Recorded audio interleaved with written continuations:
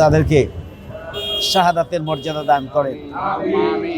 পরিবার পরিজনকে যেন ধৈর্য ধারণের তৌফিক দান করেন, সেই দোয়া করি। ঈদুল আজহার যে শিক্ষা, সেটি হচ্ছে ত্যাগ এবং কোরবানির শিক্ষা।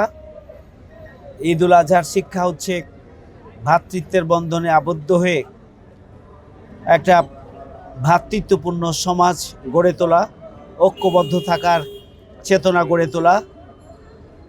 এটি হচ্ছে ঈদুল আজহার শিক্ষা। গতকাল থেকে গোটা দুনিয়ার মুসলিম উম্মাহ ঈদুল আজহায় অংশগ্রহণ করেছেন। হজ হয়ে গেল বিশ্ব ভ্রাতৃত্বের এক নজিরবিহীন একটা ধারাবাহিক ঐতিহাসিক আমাদের ফরজ ইবাদত। এটি প্রত্যেক বছরে আমাদের ঐক্যবদ্ধ থাকার চেতনা আমাদের শিক্ষা দেয়। ত্যাগ এবং কোরবানির চেতনায় উজ্জীবিত হয়ে আমরা যদি ঐক্যবদ্ধভাবে আমাদের এই প্রিয় বাংলাদেশকে আমরা গড়ে তুলতে পারি, তাহলে আমরা একটি নতুন বাংলাদেশ বিনির্মাণের যে স্বপ্ন, সেই স্বপ্ন আমরা বাস্তবায়ন করতে পারব ইনশাআল্লাহ।